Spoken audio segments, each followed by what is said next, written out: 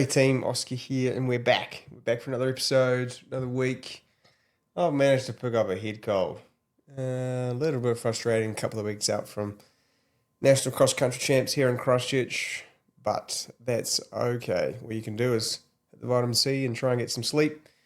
This week's episode is a really fun one. We took some questions that we got emailed in from listeners and clients and customers that we have and did our best to answer them.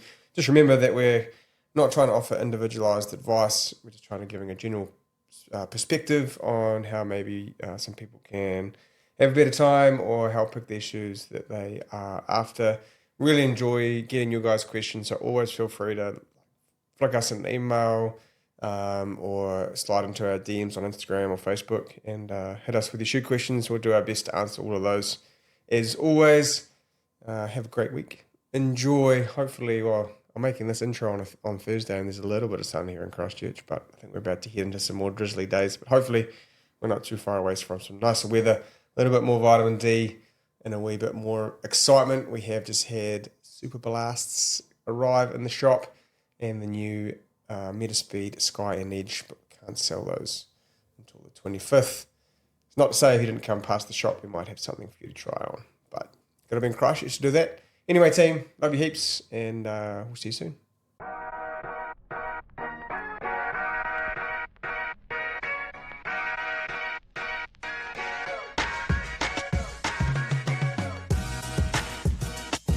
Hey, it's Oska from the Front Runner Colombo. And Tom from the Front Runner Colombo. And Anna from the Front Runner Colombo. And you are listening to Run Special, our weekly running specialty podcast where we talk about the human locomotive movement we call running and everything that goes into it, and honestly, just a whole bunch of other stuff. So if you came from the shoe review, just take your cute little right index finger and swipe that all the way along to about 52 minutes.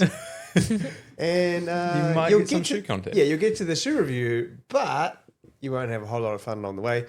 If you're listening to this just as you're about to set out for your run, do you? Praying for you. Praying for you. Right now I'm praying for you. Fuck, it's been miserable. Yeah. Hasn't it? Yeah, it's been grim. It's been no good. Yesterday morning was okay, but everything else has been. Yesterday evening, I was out running. I saw Tom out biking, and he was just like, "Fuck, this is grim." It's been pretty unfun. We get one nice day tomorrow, then we're back into it. Yep. And it's just vitamin D is at an all-time low. Enthusiasm is about 0.01. Honestly, like my enthusiasm's been all right towards training as of late. Like the outside rides suck, but I don't know. I guess you spent so much time already. Yeah, you spent so much time out. You're probably just grateful that you can actually do some stuff. Yeah, literally, yeah. And I feel like sometimes you have to train in this weather to appreciate the nice, long, sunny days. Yeah. I feel like you guys aren't running 12 hours a week in the cold. No. Just biking. So if you're going to listen to a podcast before you go running, which order do you get the GPS signal, turn the podcast on, put it in your back pocket, start your watch? And what order does that happen in? I like, because the GPS, especially like when it's cloudy or like you're under the trees, it sometimes takes a little bit. So I start get the GPS on the get ready screen, get the press play on the podcast. But usually I'll have been listening to a podcast while I've been driving there. So you just carry on? Yeah. Or if it's like I've only got a little bit left, maybe I'll add another one to the queue that I want to listen to. See, that's smart because I always get through to the end of one and then I've got to stop and pull my phone out because they haven't queued another one. I don't really listen to many podcasts. Well, music. Then. We can tell. No. Yeah, We're not roasting Tom today. Music's just downloaded. We're going to baste him in love, like turkey. I got flamed last week, yeah. You did a little bit. It's quite funny, to be fair. Some guy had some words to say, but Maybe you should say them at the track. yeah, well, In the ring. didn't see him down there supporting Corbin at 6 p.m. on a Saturday night, running some laps with him. So Fucking freezing too. Guys, just to let you know, Tom is interested in Corbin's training. yeah, I'm very invested in it actually, and I was very invested in the event in the weekend. Just I happen to have a very monotone voice, and sometimes it sounds like I'm not enthusiastic. But yeah, Constructive feedback, I guess. Criticism. Whatever. Whatever you want to call it. Haters gonna hate. Yeah, haters gonna hate. Hopefully he's listening again this week. I don't think he listened to It's the whole another thing. viewer. I think he just listened to the small snapshot that I stitched you up in at the end of a 90-minute podcast after you run bike for 3 hours that morning. Yeah. Savage. Context. Yeah. Context is everything. But, Well, he can't have listened because he didn't even know my name. Nah, so he didn't. He He's just just seen the wee snippet. it's just been a pest. Anyways. But should we leave with Corbin then? Because We should. We're here already. So Yep. do you want to enthusiastically tell us how he went? Yeah, man, that was, you see all these backyard ultras and stuff going on these days, and I think that's probably a good way to put it, but this was something different entirely because there was no real breaks between it. That's savage. Yeah, so I went down and saw him start before work at 9 a.m, and it was pretty, it was a little drizzly. It wasn't horrible conditions. It was cold, obviously, but nothing crazy. And he was in pretty good spirits, and went down about what must have been maybe 6 hours later, I guess, after work. It would have been close to 8 hours later, and he was about 80 k's deep, I think. Yeah. So he was running about 10k now. Yeah. Roughly. He did his first 100k in 10 hours and 3 minutes. Fuck. Which is an hour and a bit quicker than when he just decided to go do one about 3 months ago. So he was already running reasonably quick, and I ran with him, and Benny and his mum came down as well, and he was still moving reasonably well. But I think the other thing that was pretty impressive was he, even with the toilet breaks, he'd run into the toilet, and as soon as he left the toilet, he'd start running again. He was pretty dedicated to the not walking and stopping the effort. I do believe he put some clothes on because obviously it got freezing overnight, and Freezing, man. had a few changes of shoes, so there'll be little bits there where he had to slow down for that. But he had an awesome support crew out. They had tents down at the park. There was the Full Bellies charity tent, which had their whole thing put up, which was cool. And then I know a lot of their company workers stayed around for a lot of the day. I think for most of the day they were there on the Saturday, and then obviously for the Sunday morning. But yeah, I just sent him a message. I was like, rest week in capitals. Do whatever you feel like. But yeah, from what I can tell, he's done remarkably well body-wise. Didn't have any issues with his body. He kept most of his food down and did a pretty good job fueling. The last bit was pretty tough from what I can gather. We'll have a catch up with him again probably next week sometime.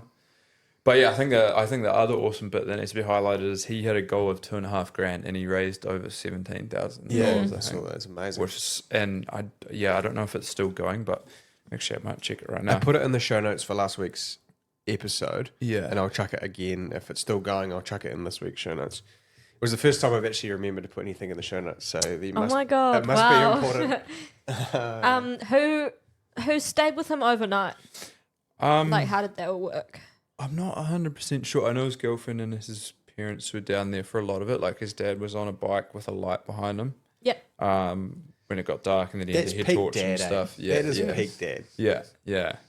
But yeah, he's $17,800 right now, of a goal of 2,400. There's almost been 230 generous donations. So Amazing. I'm not sure when it stops, but there were still people donating even less than 15 hours ago. So, incredible effort and just a bloody cool thing. I've had a number of people come up to me and be like, how did he go? Just real invested in it. So it was cool. We got, I think, the attention it deserved. But yeah, just a crazy effort on his behalf, and then also to do so well on the fundraising part. I know Full Bellies were pretty stoked with that when they were down there. So yeah, and funny enough, there was a bloody Blackout Ultra on at the same time. So he had mates doing that and finished and then went and supported them. Like, bro, go sit down for Yeah, a go bit. have a nap. Yeah. Yeah. So that's just the kind of dude he is. So. It's just a 9-volt battery. Yeah. It's an impressive effort. What shoes did he wear? So New Balance supported him a little bit with some shoes and some kit, and he was in the 880. Yep. For a lot of the run, I think it was 880, maybe it was 1080. And then he had a pair of Nimbus and one other. I can't remember what the other one was, but he was swapping in between it.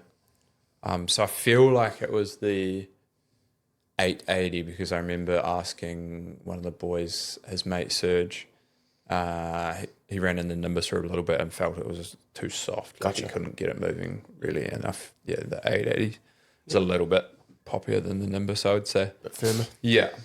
So he did a lot of it in that New Balance. So another nice gesture from New Balance to help him out. But yeah, it was cool. It was really cool. And to do it in the middle of winter as well makes it even more impressive. Like Saturday was a pretty shitty day. Yeah, like it was like, cold. Yeah, cold, drizzly. Yeah. I mean, I bumped into you after I'd finished my workout. Yeah. Looking like Yeah. I was half dead. His soul was taken. Well, my soul was taken. Left my body for about 0.5 of a second. So I was doing 5 by 6 minutes, and the first 4.5 minutes of the rep I was running at sort of just slightly slower than threshold. And then for 90 seconds, I was basically running all out and trying to run sort of like 255 pace. Yeah. And so I'm coming off the first rep. I'm feeling a little bit tired anyway, and there's a massive big puddle on the hospital corner for the straight through path. So I decide I'll run around it towards the lights and go left. Anyway, so that makes quite a tight left-hand turn. And I go to put my right foot on the ground and then drive out of the corner. So like, boom, turn my hips, right foot goes down. Slippy. Catch a leaf on the ground. And then you know those moments where just the whole thing stops. You know, you could almost see the car fumes coming out the back of the fucking exhaust pipes from the cars driving past. Yeah. And I was very grateful for the gym work I've been doing with Todd because I slid full RDL. So my right foot's on the ground, my left foot is in full fucking ballerina mode. My arms just go out like to catch my balance for those watching on the YouTube. And I slide for 6 meters on the front of my shoe and I'm thinking, okay, I'm gonna rip a hamstring. Yeah. I'm gonna rip my groin because I was like on a bit of a funny angle. Luckily, you're across the road from the hospital. I was like, fucking sweet Jesus. But you know this stupid thing? All I could think about was, I've lost a couple of seconds out of this rep. I'm gonna have to speed up to get the average back down again. And then I realised it might have been time for a new pair of Evo SLs, which luckily enough we had the new colour arrive. We did. Which Craig was a bit disappointed on that I had the new 8.5 on because he wanted it. Oh, really? I pulled it out of stock as soon as I saw you put it up online. I pulled the 8.5 out of stock and I grabbed it Tuesday morning before nice. I worked out with the fellas. But Saturday morning was pretty grim. Yeah, it was pretty grim. And as you say, the leaves in Hagley Park, because we haven't had sun in so long. 25 they're years. like, it's just slip and slide all through South Hag. Yeah. And if your shoes are just if the top layer of grip has come off them, it's no good. But and as Corbin's Instagram handle, like Corbin_Harding. Corbin.Harding. Harding. Yeah. So you can, if people want to go and find that, they can see exactly how he went. And we had a bit of a poll last week, didn't we, guys? We did. I had a From Oska's personal experience. from my personal experience, and then the day after, someone had left their loofah in there. I was like, man, that better not have been on some dude's balls. Someone definitely planted it. Do you reckon? Listen to the podcast. Yeah. Someone knew I was going to be in there. I was like, this is the weirdest thing. I'm not touching that. No. Nah, there's no way. So, but the day before I got in there, and someone had a shave, and someone asked on the question, shaving what? And that's a good point. Because I don't mind a face shave, you know. Yeah. To an extent, I could live with, you know, if ladies are going to do their below the knee leg shave, just a quick, you know. Especially if they've decided to wear a dress to work or something and they're feeling a little bit like they need to do that. That's fine. But these were long hairs. These were hairs from the nether region. Or someone had given themselves a haircut. Yeah. Maybe a chest. There's some long hairs. I mean, I'm a Sasquatch, but those chest hairs were longer than I've experienced came out of my chest. I mean, I guess if I hadn't shaved or waxed it, maybe they would be that long eventually. Yeah. Are you worried because you're pretty hairy too? Mm. Are you worried about how hairy we're going to be when we don't give a fuck anymore? Nah, I don't even want to think about it. I reckon I'll look like a monkey out of a kid's book. You get laser hair removal.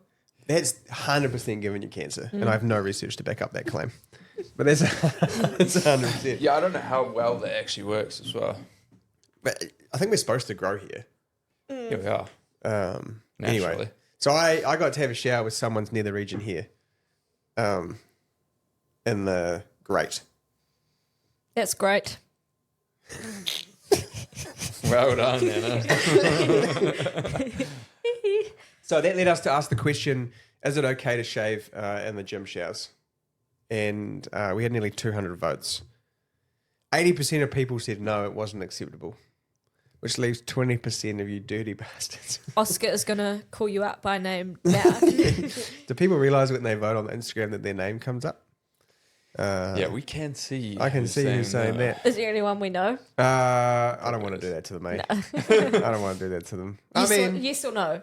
There's definitely some names on there that I'm going to be sliding into their DMs and having a little chinwag Little about them. chinwag, yeah. What gym do you shower at? And how can I avoid it? And then I wanted to kick off this week with just letting everyone know that Run Club is back for 29th of July, at Hagley Park, time was, 6 p.m. and we're meeting at the Armour Street Bridge. Yep. With Saucony. Yes, we're going to have Speed 5 and Triumph 23. Yep. If it arrives. If it ever comes. How slow is stuff at the moment? Yeah. That's ridiculous. What is going on? It's like the whole industry has just come to a standstill. Apart from if you buy stuff from Italy and it comes in DHL. What'd you buy? My pedals for my bike. Yeah. 4 days. That's crazy. Bought something from Aussie. It still hasn't arrived. That was like 2.5 Yeah, weeks ago. I bought some shoes from it was a .co.nz website, but they ended up shipping from Australia, and it literally took two weeks of like business days for them to get to Christchurch, and it's like there's flights going so often. Yeah, like multiple flights a day. Yeah. I don't know. But anyway, so it feels like the world's come to a slow standstill. So we should have Triumph 23 and Speed 5s with Marshall, and he's working on a T-shirt at the moment that the first either 50 or first 100 people who turn up will get a T, size dependent. We will confirm. Or deny. You heard it here first. So yeah. And then today's episode, we've got some listener questions. And we love getting... Oh, do you want to do wrap-ups first or... Sorry. You can do that. Go, Tommy. So there were some good events actually over the weekend, wasn't there? Oh, yeah. It was a good week for running. I guess we'll start local, and our good friend Will Little taking out the North Island cross-country champs in Spa Park. That thing looked wet. Yeah, which is surprising because that place doesn't normally get that muddy, but it looked reasonably cross-country-esque, which is cool. So yeah, he won the senior men's, and Ben Otis, I believe his name is, was second. Did you hear about the shenanigans between a young fella and an old fella? No. So I won't name names. There might have been a young man who was feeling a bit of himself, a bit of testosterone flowing through, and he got clipped by an older fella. No. And so this young fella turned to the older fella and got up him during the race. Now I got to say, like punched him. We came close. And I got to say, the older fella that he was having a go at is one of the nicest, most relaxed dudes, right, you've ever met. Like this was in the race. This is in the race. So I think you have to tell us who it is off mic. I will. But so they had some bit of argy-bargy. Yeah. And there was a bit of an elbow and some words said. Yeah. Which is, bro, we're not at the Olympics. Yeah. You run around fucking Spa Park and Topol. Yeah. Like, chill out. Yeah. It's not even nationals. Yeah. Like, grow up. And although I like the competitiveness, but anyway, so then apparently Avery tried to Oh, he wasn't involved. Avery was watching it. Yeah, Avery was watching it, and Avery was tried to get them to get the young fella to go to the older fella, Yeah. and just apologise. Yeah. But the young fella dug in deep. No, Yeah, he's like, so he dug in deep, and that might have resulted in the older fella just putting him in his place. Oh, And really? just saying, mate, this is unacceptable. Like, you don't come here and do that. Oh, that's gold. Sorry, that was a little bit cryptic, but good story. Anyway, Karen. Yeah, and I believe we had, I don't know the name of the woman who won, but it was some international athlete, I think. When I say international, someone who was travelling, and then Phoebe was second. Phoebe Carter. Yeah. Hamish Carter's daughter. Yeah. Name drop. Yep. She's having a really good season, actually. Yeah. It's Bunsey. Yeah, I think so. Yeah. Overseeing, I think. Yeah, I've seen the running stuff. Yeah. cool. Yep. Don't think coach, but yeah, so that was really good. And then I think the big results from the weekend came out of Gold Coast. Oh, good racing. That had to have been one of the fastest half marathons, I think, in Oceania in a long time. 61:10. Ever? Yeah, it might be, actually. We'd have to fact check that. But yeah, Andy Buchanan. 61:08. Rapid. Yep. And And he came from nowhere. He was beat. yeah, he was Wow. down, and I saw a podcast, an interview actually afterwards, and he's like, yeah, I knew at that point in the race I was just running my own race, and I could see them, and I knew they were going to be throwing cards at each other basically, and I was like, I'm just going to be patient and sit there, and they'll come back to me. Sure enough, they did, and then he actually was super smart, and coming into the last, might have been 2K or something. Yep. Took the tangent. Yeah. And then got a gap, and then there was like a second or 2 seconds between them at the finish. So shows knowing the course and running the proper lines can help. But yeah, when I heard that Chignall, this is Ollie Chignall, our mate, was 9th in 62:30. That's so 62:34. Yeah, wild. Yeah, That's like so what- wild. What the hell?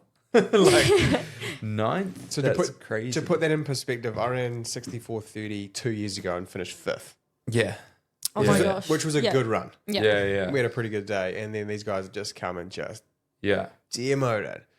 And it's interesting what you say about that last 2K or the last 2.5K in Gold Coast, because you can get a bit of a slingshot effect. Yeah. And if you run across corner to corner as you head towards the last left-hand turn, which goes over a bridge, Yeah. if you hug too far left, you actually run further because you have to come out and go over the bridge, kind of like an apex kind of thing. Whereas if you run what looks to be the long way, Yeah, but you yeah. head towards the right side of the road, and you can actually get a Yeah. So Buchanan's probably run that Yeah. Multiple times. and so you can go, and that's as far back as the second to last left-hand turn. Yeah. You kind of run a straight line, which is what I ended up doing, which is how I caught Chris 2 years ago. So he ran the inside and I ran the outside. It looks like you're going the long way, but you're not. And then you come off that bridge, and you do get a bit of a boost when you see the clock and 1100 to go. Yeah, right. And then there's a clock and then a timing mat, and you know that that's a K. Yeah. And then you've got 700 in a straight line. And by then, I mean, especially for Andy being hometown, they would have been going fucking nuts. Yeah. And especially he gets into the big gear. He's feeling pretty good. Maybe the two Japanese guys, eh? Yep. Yeah, they're bashing each other to shit or whatever. And then he's just going. And once you hit the carpet, again, it's like a slalom. Yeah. And you kind of go left and then right. But if you pick the angle into the first left, right, you can run straight across the corner. Yeah. And then hug the inside of the right-hand carpet. Yeah. And you go to the thing, it's actually shorter. So you got about 250 metres on the carpet to go. But anyway, Karen, I'm sorry. And I was getting quite excited there. Yeah. Getting in the It's, commentary booth. it's the 102:34, which he ran, would be the third fastest time Yep. run by Kiwi over the half behind Zane and Jake Robertson. So the fastest. Yeah. Yeah. I think it was fourth fastest Kiwi all time. Yeah, fourth fastest Kiwi. fourth fastest. Okay. Fourth fastest Kiwi all time. Which is an amazing run. There's very few. You're kind of looking at John O'White, maybe ran slightly quicker. No, I don't know. Some of those Okay, are iffy. yeah, But okay. yes. Amazing time. Doesn't Yeah, matter. super Whatever it is, fast. it's fucking, that's 258s, right? Sevens. That's Yeah. Yeah, 257s. But that's my 10K PB. Shout out to the Chig. Yeah. So it's just good to see him back. Yeah. And just going good. Yeah, yeah. And then we obviously saw the woman go, she went back to back, and she ran sub 70, which is rapid. It was a good day for Essex. And then I saw, I can't remember the dude's name, won the 10K 29:30 odd. And then the lady who won the 10K, she was about 33:30. Which is pretty fair dinkum fast. And then we had Ollie Palmer from UC run 67 and a half. Massive PB for him. Yeah. Like huge. I think this is his first sub 70. Oh, wow. So he like demolished it. Yeah. Yeah. So shout out Ollie if you're listening, bro. I know sometimes you do. And then the marathon. Do you know what it goes to show that before we start with the results? It just goes to show how fucking tough the Japanese are. I was just going to say it was like the Japanese national champs. Oh. Japan. Bro, do they just not feel the heat? Yeah. They just don't give a fuck. They just don't consent to overheating. It's like, Yeah. what is... He ran 208, right? 208, 207. 207. Yeah, that's unreal to... 207. It's crazy. I think if you looked at the course profile, you'd think, geez, that's quick. But the heat and the humidity Yeah.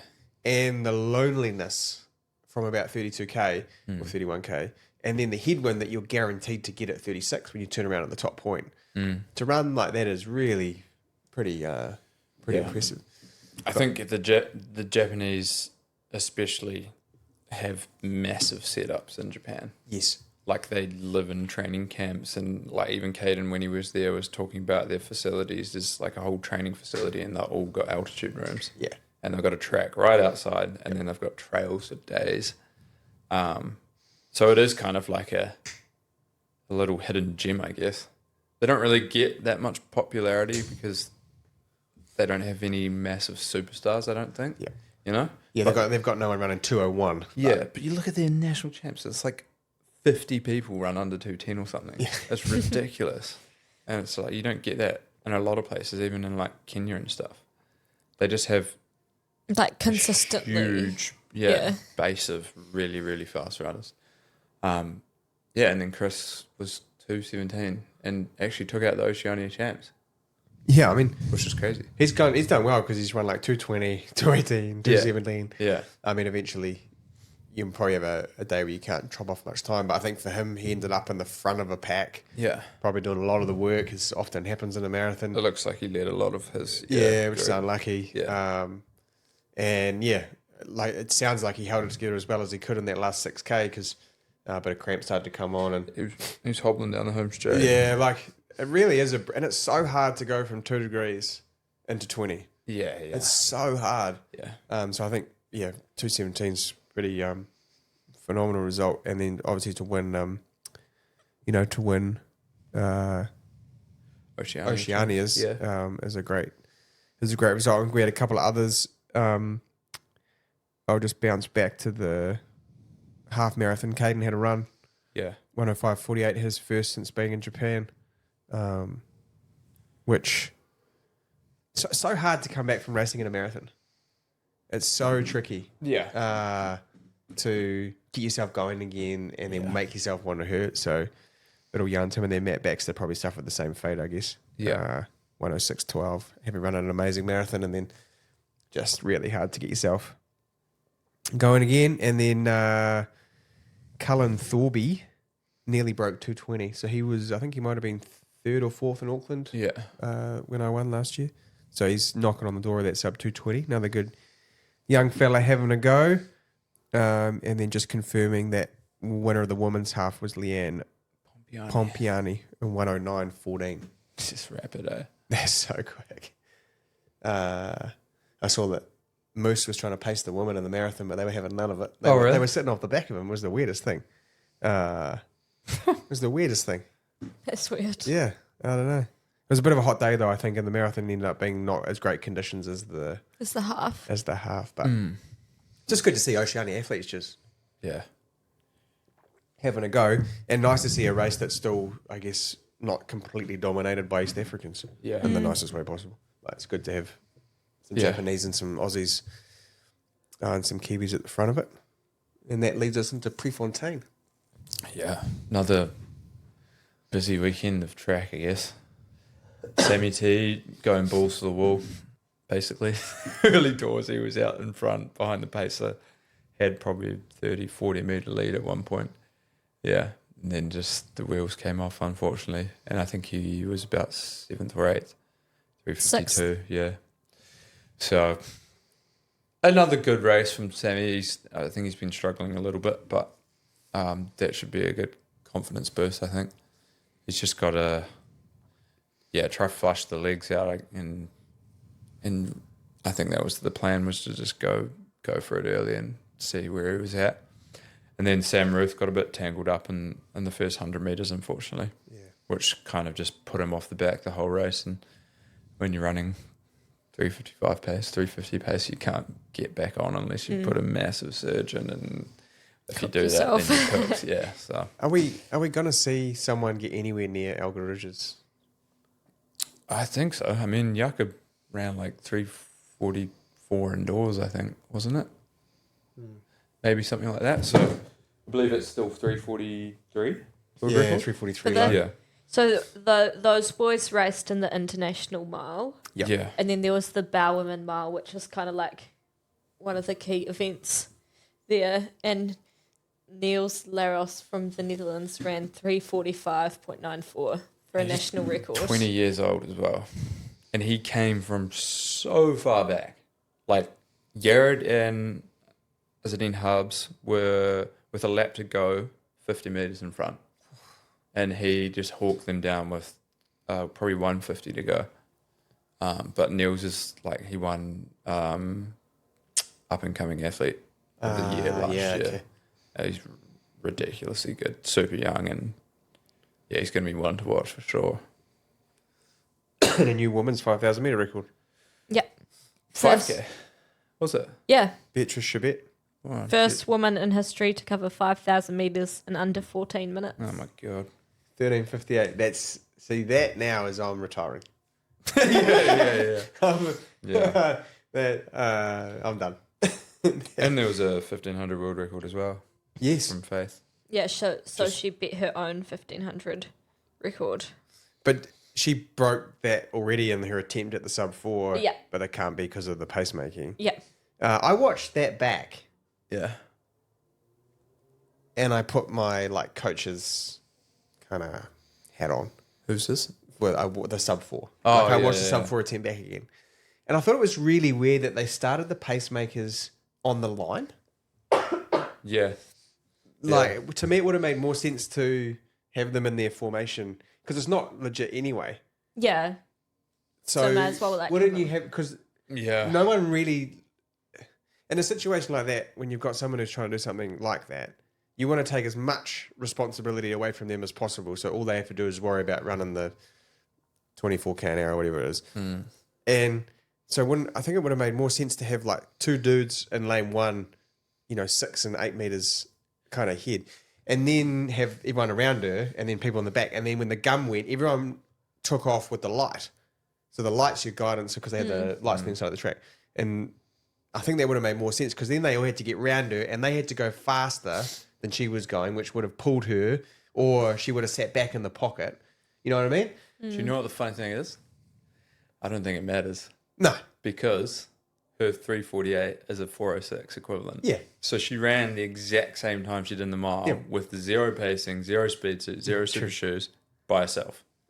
So it's like, that's what I'm saying about the whole pacing stuff in a mile. I just don't think it's too short to get enough gain. Do you think it's more about the race? Yeah. And it's like the athlete themselves just has to be on another level. Yeah. Whereas like in the marathon, it's like we were saying last week, it's so far, so every little gain helps as it expanded. Yep. Whereas now it's like you need massive gains to make a little difference. Yep.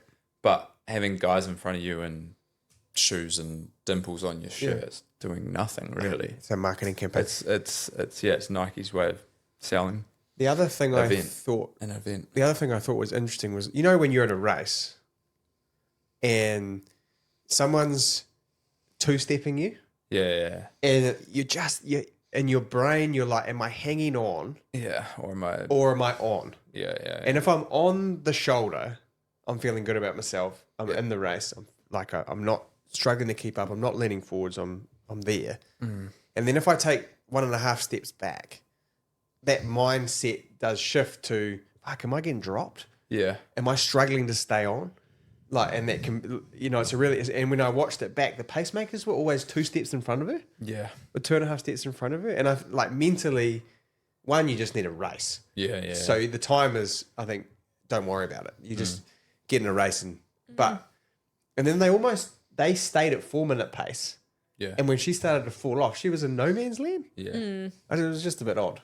When I watched it back because the first time I watched it as a fan, and you don't often notice that stuff. Yeah. And then I went back and I watched it with like a critical eye of Like what could have been what done would I have differently? done differently. Yeah. But you're right. I mean, she's bloody quick.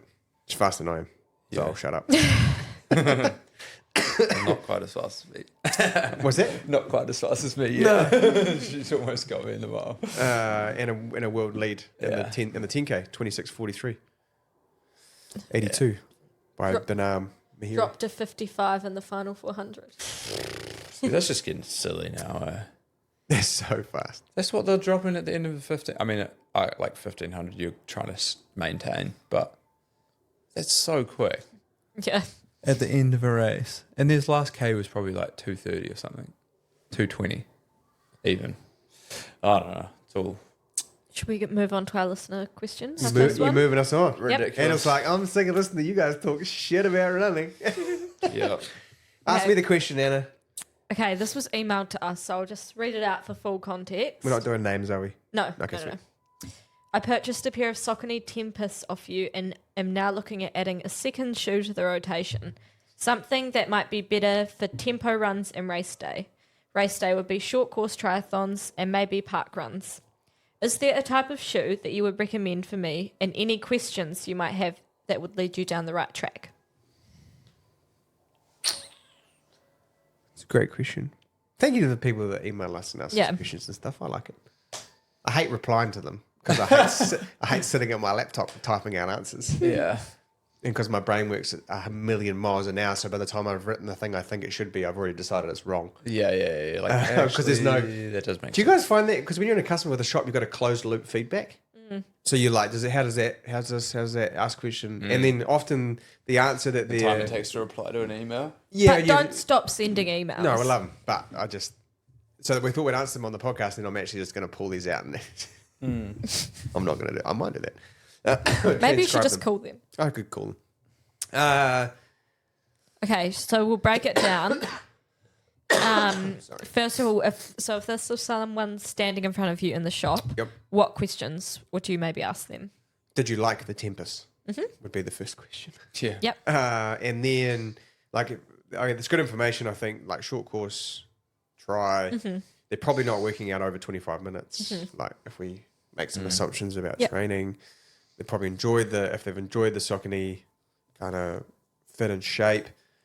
They haven't said here if they have they want a race day shoe. So they haven't got a race day shoe yet. They've never done No, that. so they're looking for a second shoe to add to the rotation. The hard part about this question is also what ability they are, as we don't have the context of if they're having a go or if they're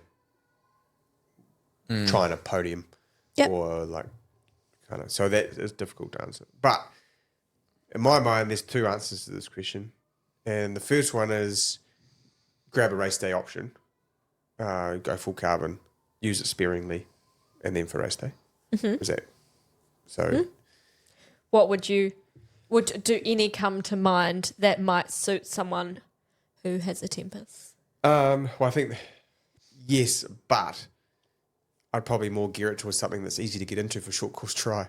Yeah, that's true. So I'd look at it. So, like in the context of in the context of the question is seconds mean everything in an hour long race. and or there's 45 some minutes. uppers that do not work for triathlon. And so you want something that, one, you can put bungee laces into that's still going to maintain some stability. 2, have a little back piece on the back of the heel that you can grab onto and shove your foot in without it collapsing underneath your heel, because that's a fucking pain in the ass. Yep. And then you'd go, because for like 5K, it doesn't need to be a marathon stability. Yeah. So I think it's probably more about use case than than Yep. anything related to the tempers. If you like the Power Run PB midsole material, then sure, try an Endorphin Pro 4. Yep. Try a Puma DVA Elite 3. A couple of the guys have liked the Rocket X2 from Hoka. Yep. Although the upper's a little bit tricky to get into. But you can get the tongue open a little bit wider. You can it's Yeah. because you can hook it open, basically. That's the main thing. So I think that those are the questions that I'd be. What do you think, Tom? No, I agree. Yeah, maybe the Elite as well. But I mean, it depends on your level. Like the Speed 5 now is quite stable in the rear. So if you're looking for something a little bit less and you want to use it for some other workouts and not just race day, then that'd be a good option. Yep. That's it. Yeah, makes sense. Next question. Next question. Okay, I will just do all the questions in order then. Yep. This one was from someone who listens to the podcast who is outside of Christchurch, so can't come into the store, but they appreciate what we do. So one of the first questions they asked was, what should I be looking for, or what would a proper fitting / recommendation look like? Like a fitting experience in store kind of thing. Ooh. We're also different, right? I think. Well, you answer it first. I mean, I don't know. I can't speak on behalf of other shops, but we do stuff a certain way. And I'm sure other shops do stuff a certain way as well. But we kind of like to look at your history first. So, like, if you've got any injuries or what shoes you've been wearing currently. If you've liked them. Yeah, if you've liked them or had them, and rubbing, blisters, all that carry on. And then what you're looking for if you don't like it. So, like, what would you like the shoe to feel like, or what kind of runs you're going to be using it for, how many times you're running a week. And then often we'll get you to take shoes off and just walk up and down the store, see if there's anything there. Do you wear orthotics? That's a good question. And then, I don't know, I personally like to start in a fairly simple neutral shoe, and then I'll get you to run in that and see how you move in that, just to see if you can pick up anything. And then if you pick up slight tells or your foot's rolling in, out, knees, all of that carry on, then that kind of guides us in a way. And then obviously make sure the length and the shape and all that's right. So, yeah, I don't know. It's a tricky question. There was more to his question around, and I'm going to say this in a way that doesn't bag anybody, but he was asking because there's chain stores, which are very successful. That's great, and they have a cookie cutter approach to make sure that every customer is this gets treated the same experience, which to a degree. Sorry, you probably picked up I've got a cold, so I've got to keep drinking. Which to a degree I think is great because you know what you're kind of walking into. Excuse the pun. But the downside to that is I've never met two people who have the same feet, but then also two people that necessarily want to be treated the same. Yeah, like some people you come in and they want to be like they want a bit of guidance but want to make the decision themselves. But then you get other people who literally just want you to say, get this one. Yeah. Yeah. And I've tried, probably in the last 5 or 6 years, I've tried to not be too prescriptive. I'm happy to guide you there if I think you're making a bad decision, or like if my spider senses tell me that this is going to be wrong, or your intuition because you've been doing it so long. But I think there's an element of that is like you are different to the person that staff member just had before. So it's your responsibility as the customer to understand yourself. Now, we will ask you questions that will help you understand yourself. Do you like something soft? Do you like it a little bit firmer? Do you feel like you want to be pushed forward into your forefoot? Do you feel like you want your heel to be a little bit flatter? Do you feel like when you push off, you want the shoe to bend, or do you want to be rocked off the front? Like, as a kind of myriad of questions that we might try and ask that help you understand the things that you like or the characteristics that you like to find in a shoe. What if you were, say, you were a customer in a store that didn't necessarily have the approach that we did, but was still like a running specialty kind of thing? Would you have anything things that you'd think would be important to tell if you're not being prompted to ask? I think the main one is the shoes that you've had and if you've liked them and knowing why you like them. So, hey, I really like the Saucony Timbers because I like the stiffer forefoot, rolled me off the front and the bounce I got from the, maybe that's a little bit technical. Or I really like the Clifton because it held me in the back. Yeah. And I felt super stable in the heel, but I felt like I wanted it to be a bit more flexible in the forefoot. Maybe, or, I think, yeah, it's a hard one because if you haven't had those questions asked before, you're probably not totally educated on what the different feelings are. Like sometimes people say a shoe is hard, but what they mean is stiff. Yeah. Like it's so difficult. Yeah. Yeah, that's true. To answer that. The red flag for me is, and when I was in the US, I went into running stores and I asked to be fitted in shoes, is when they only bring out one brand. Yeah. That is, or like two brands, that to me is a problem. Like there's a reason we have 35 fucking brands, and it's so that we can get it kind of just right. Or at least, so you know that it's not what you want. Yeah. You might put a New Balance on and, no, I don't like that one. Okay, well, okay, what did you like about these things? Okay, well, let's try this Brooks one. Okay. Sometimes with a customer, if they're not sure, like, because sometimes it is hard to tell the difference between a pair of shoes if you haven't tried on lots of shoes. I'll try get something that I think would feel completely different. Yes. Yeah. Yeah, but go opposites and try and find them. Yeah. That's a good idea. Yeah. Yep. So what's the next part of the question? Is it a bad thing if I use one of these stores to recommend /fit, then I purchase it online through the Front Runner store? I think so. Yeah. I think that's not fair. Yeah, because I think that you'd want... Well, I don't know. There's a couple of things. There's there's a human element, and the person in that shop is trying their best if they have. Yeah. So if you go in there and and I would expect for us, if we're having a bad day when someone has a shitty experience, they don't want to buy it from us, then we need to do better. But if you've had a really good experience in one of those shops and you believe that they've done their best and you believe in the shoes that they're recommending you, I can buy them from them. Yeah. Why wouldn't you? Yeah. And one, because you've now had a human connection with someone you trust, so you can go back there every time in the hope that customer service person is still there, or at least that you know that the management there are trying to teach their staff in a way that you kind of associate with.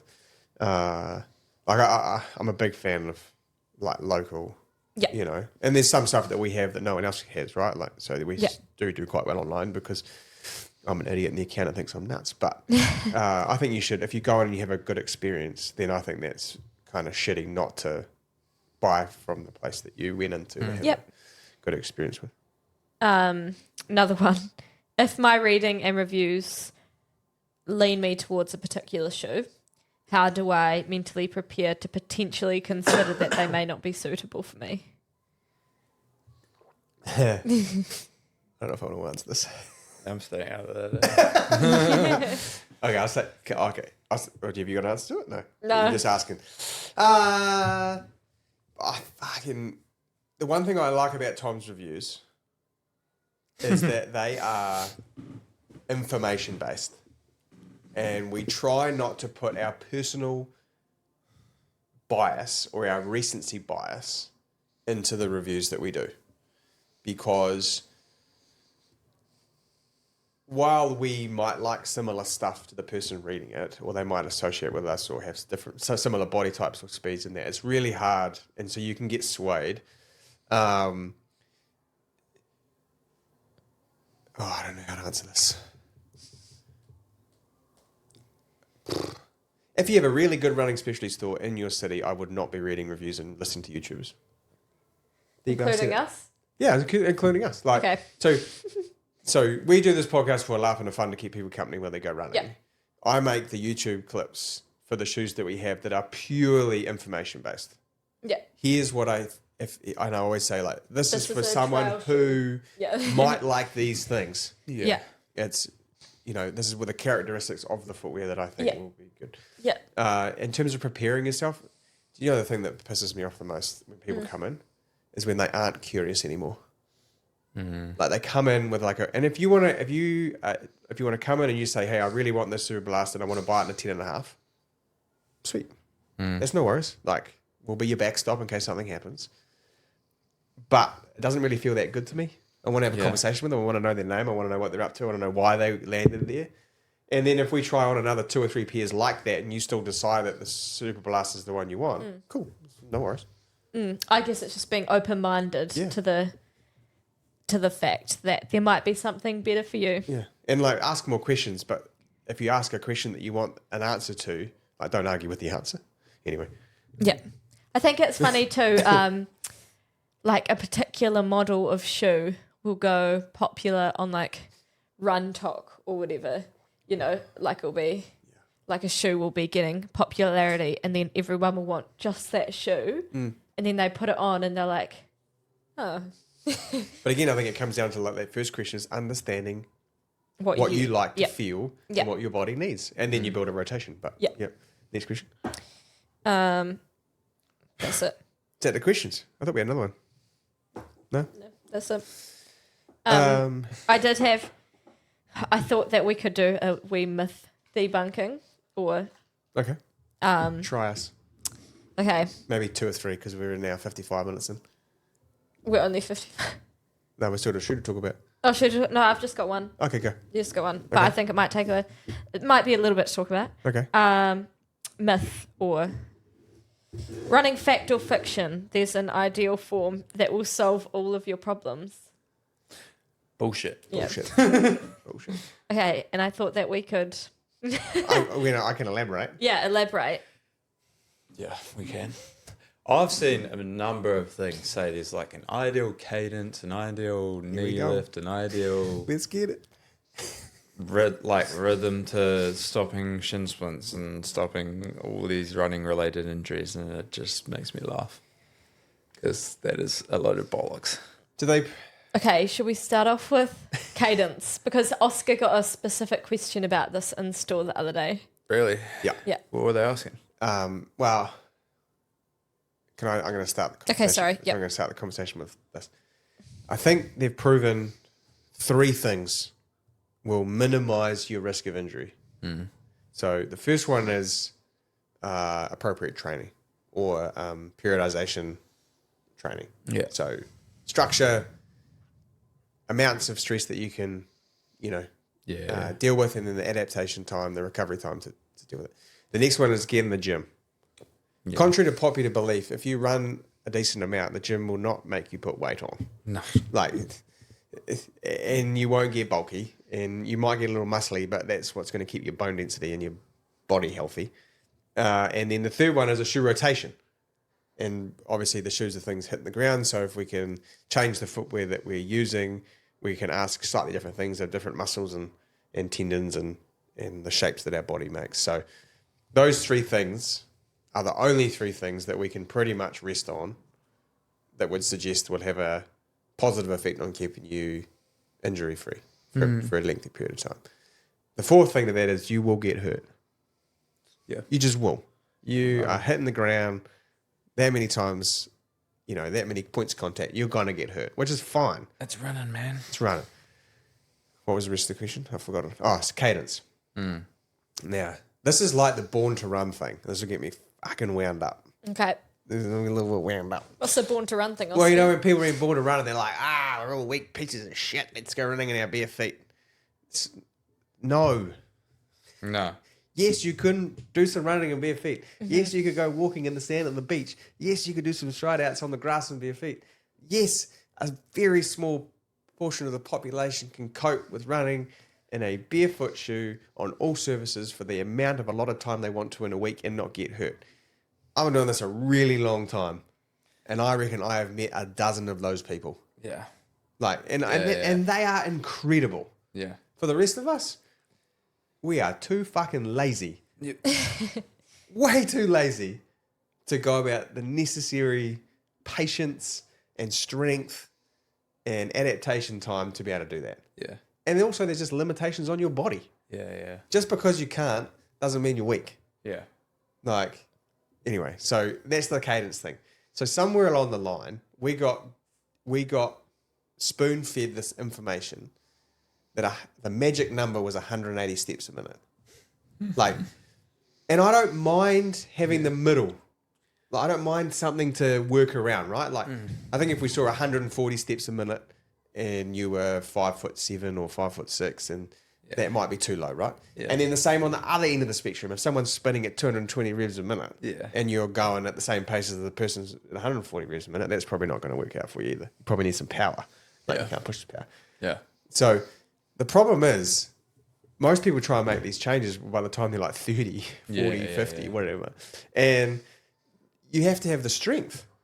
So all of a sudden, if you try and take another 15 steps a minute or 20 steps a minute, there's no way you've got the calf strength to put up with, one, probably changing where you're going to land on your foot, which is going to either put more stress on the anterior posterior chain, one or the other, depending if you're kind of going to go forwards or backwards.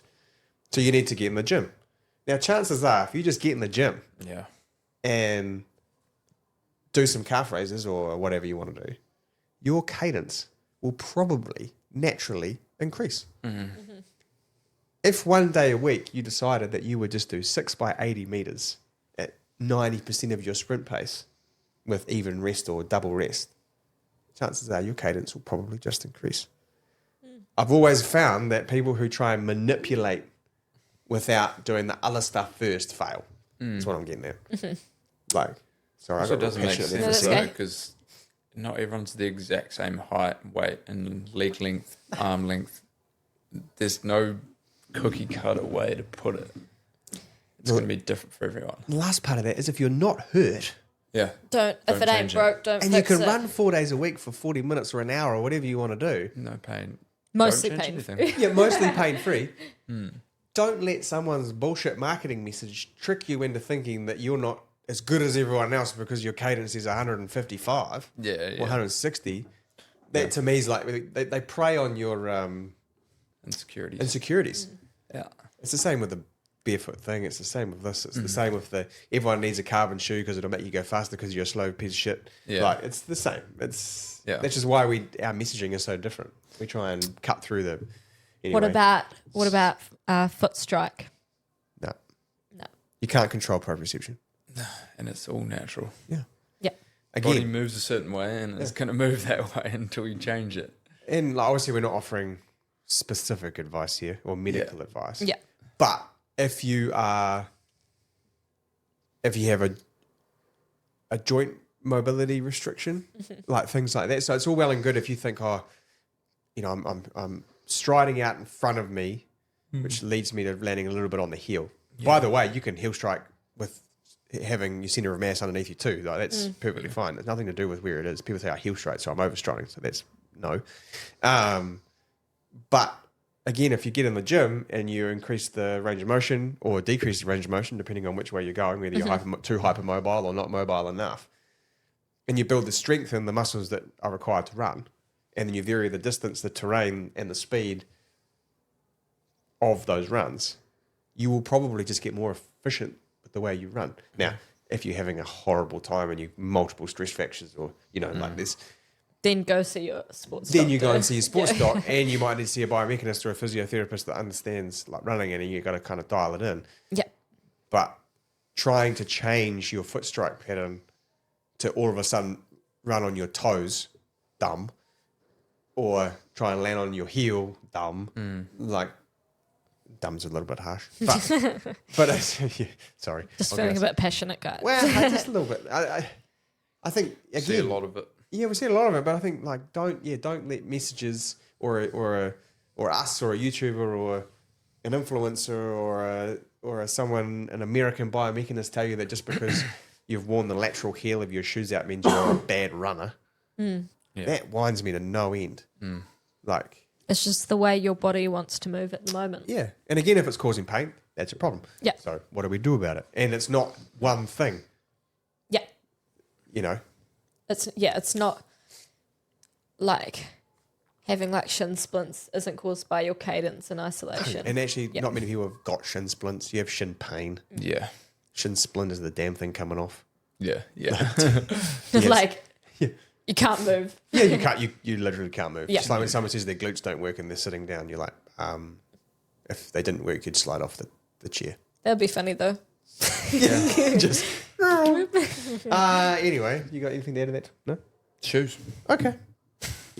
I'll We shut up now. have Sorry, here Tim. I the took a lot. Mizuno. My bad. Got the Mizuno Wave Sky 9. Yeah. This is a fun shoe. Talk to us, Tommy. Yeah. That was one I was excited about. And I honestly, no hate to Mizuno, but haven't been excited about a Mizuno shoe for No, they got 3 bangers now.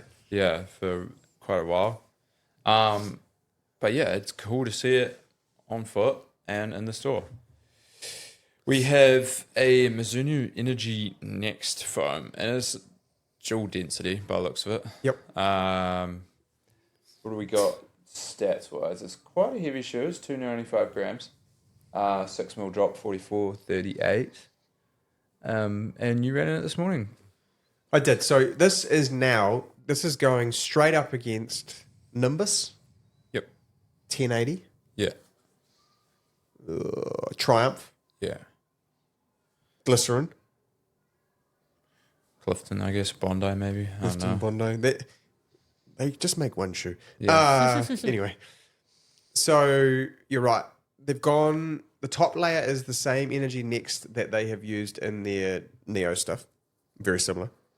So high energy return. Yeah. Super soft, super bouncy. The bottom layer, and you know how last week, for those people that listened to the Hyperion Max 3 episode, and we were talking about how Brooks had used the denser material too high up in the heel, and so it made the back feel heavy. Yeah. Mizuno have done this, in my opinion anyway, correctly, and it's the thin layer underneath. Yeah. And they've got the soft stuff all the way across. So the bottom layer is just the Mizuno Energy material. It's a little bit denser. It's a little bit more stable. So when you go to hit the ground, you get that marshmallow effect on top, and then you get the stability of the bottom layer of the foam. Heap of rubber coverage on the outsole. What do you reckon about stability, team? Felt reasonably stable on foot. There's a little bit of a sidewall there. I don't know how much you actually sink into it, but it probably won't work as a sidewall because it is the softer stuff. So it'll be pretty malleable, I guess. Yeah. Yeah. Nice overlays in the upper. Like you can see where they've tightened the material around the shoe. Yep. Which tends to work pretty well. But also, I don't know, the only thing that I'd like to see is a less pointy material. And do you know, some people send me messages like, man, you guys were harsh on the shoes this week. I get a bit of that. And I'm like, it's just constructive. And Constructive criticism. we don't want to be a room full of yes men or women. Like, so I think I like it just doesn't fit the outsole shape. That's like right. the outsole shape is almost perfect, you would say. But for some reason they've shrunk the upper on and made it really pointy. Like, just follow the outsole a little bit more and give your foot more room in the material. What I found running it, so I run about 40k in my pair so far, is because the lateral flaring is quite far forwards, it does push you onto the big toe. Okay. And because the upper's a little bit Yeah. narrow on the... So they do a 2E and a D. So what would be interesting is if I put the 2E on, and because I've had to go up half, we've all decided that we'd go up half. So it fits really snug and quite shallow. It's quite, it tapers quite a lot at the end, so there's not a whole lot of volume right at the toe. Because they tried to keep as much material, I guess, underneath as possible. Yeah. I feel like if we shaved that lateral side down a wee bit and it made the upper go more around where the third and fourth toes are, just a little bit square across there, and we just probably let you drive square off the front rather than getting pushed medially. I feel like I just got pushed medially, kind of wound my post about, but I'm kind of sore anyway because I'm getting old. The upper feels amazing in terms of the on top. Yeah. And holy moly, we've got a max stack shoe that bends in the front. Yeah. So it actually they've managed to kind of keep forefoot flexibility. So if you'd like to be able to kind of push out of a shoe, I think it's going to be it's going to be pretty good. And definitely a nice upgrade for the Sky series from Mizuno. Yeah, the last one was trash. Yeah. Night and day. Yeah. This is not even the same. Cool colours too. Looks nice. So I think we've started with just the standard widths. Yeah. For now, we might look to get some of the wider widths. But So if you've been a Nimbus kind of person, if you've Triumph. been, honestly, I think and Jamie sometimes listens to this, so sorry, Jamie. If you've liked the glycerin, but you want something just a little bit more poppy, That's kind of what I was thinking. Like yeah. to me, the glycerin feels like it's just really comfortable, kind of flows. Feels nice to run slow in, but you can't really get it going. Well, I can't get it going. Where this feels like I can kind of hit the midfoot more. And then Bounce Brooks a have little been pretty open about that. They kind of want someone who's kind of healed, like Yeah. back to the front, roll along. This is definitely for someone, and Mizuno traditionally has been, right? For that sort of midfoot, forefoot kind of, speaking of foot strikes. Honestly, it's how a lot of Japanese people run. Yeah, it is, which makes sense. Yeah. Quite light on their feet. And I also like that it's not going to absolutely throw you off the front. Like, Yeah. like for me, the Nimbus feels a little bit like I'm getting tossed. Yeah. I'm not in control, and this doesn't feel like that. It's when I pick my foot up, the shoe comes up with me. Yeah. Rather than get kind of mangled. So our poll question for the week, Anna? Oh, sorry. How much is it? 320 New Yeah. Zealand dollars. 320 New Zealand dollars. Tom will get these up online and a review written. 6 mil drop. 6 mil drop. We did that. 44.38. It feels like 8. Okay. It feels like an 8 mil drop running. Like when I read that 6, I was surprised. Yeah. It does not feel like. I think because they've got the rock, Yeah, the shaping. the shaping Yep. right behind the meat head, so you never feel like you're going backwards. Sometimes Okay. I find the 6 mil pitch shoes a little bit low, but I didn't find that. Perfect. And that one. Yep. So they're online now. Yeah, well, Once Today Tom is- takes the pictures Yeah. today. today is yesterday, so now it's Thursday, and And by they the time should- you listen to this, it'll be Friday. That's Tom's job this afternoon. Perfect. Tom's job, TJ. Okay. Our question of the week is a bit related to some of our questions today. It's how much research do you do before you make a shoe purchase? The options are I don't. I go in store and get what is recommended to me. A bit. I have a look at what I want and maybe a couple of options. Or extensive. We're talking reading reviews, YouTube videos, and Reddit forums. It takes a special kind of nerd I've had a few of them. to open Reddit, eh? Yeah. I mean, I'm here Enter for at it. your own risk. I'm here for a day. I'm here for it. There's some wild shit on Reddit. There is. There's some absolutely wild. So we'll get that poll up on Instagram. If people want, I just want this coffee to be more than it was. Yeah. You know when you finish your coffee Damn. and you're like, But I don't want a whole nother one, but I want I just want 30% more. I just want another hit. But Yeah. then if you get the next size up, it just tastes like watery. yeah. Like, You got to get a triple shot in the next size up. bro, can you imagine me with a triple shot? I think I've been Crazy. really well behaved this week. Yeah. Very, very mature, insightful episode, you guys. Any closing words? Boobies. No. There we go. Spoke too soon. I don't think. Anyway, no, well, last week was good. If you're listening and you haven't listened to 54, don't. We got flamed in the shop. We got blamed for that one. You have to remember that we do this for fun, not like we're not professionals. Yeah.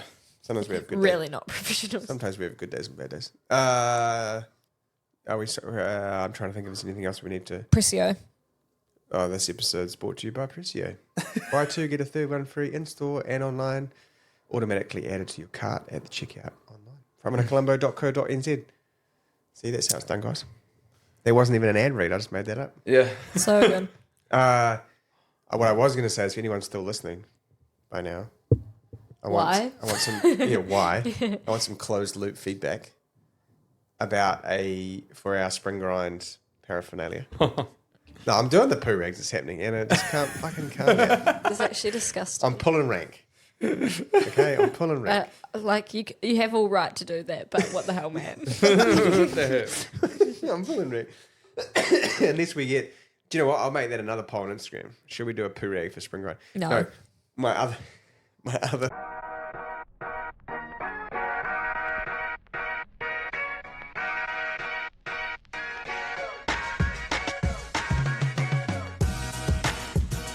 I'm just gonna make like 30 accounts and vote no on all of them. Bro, the admin involved in that is Yeah, no, unreal. I wouldn't The do best thing about that would be doing it on work time, so I pay you to do it. Yeah. That'd be the ultimate. Like, Yeah. Sometimes you see those reels where the guy's just like, and I took 3 shits today at work. And and they were all on staff time. No, what I thought was, because we're going to do coffee, and it's going to be how far around all the world can you get from all the places that grow coffee beans. as like rather than levels. This is news to me. So. Okay. I thought. Have you heard about this, Tom? No, okay. Well, okay. We'll hash it out. But then I think we should get takeaway coffee cups made. They have to be like, not the plastic ones. Though. No. We'll get nice ones. Nice ones. Yep. Like stainless steel ones. Yep. And we'll try and theme them for spring grind. And I'll try and come up with some quirky thing to put on the side. We could do like a coffee plant. Because it's spring, you know. We could. I was going for something slightly less mature. Coffee bean. Like pre-poo. We're going to have PP and PR. Pre-poo.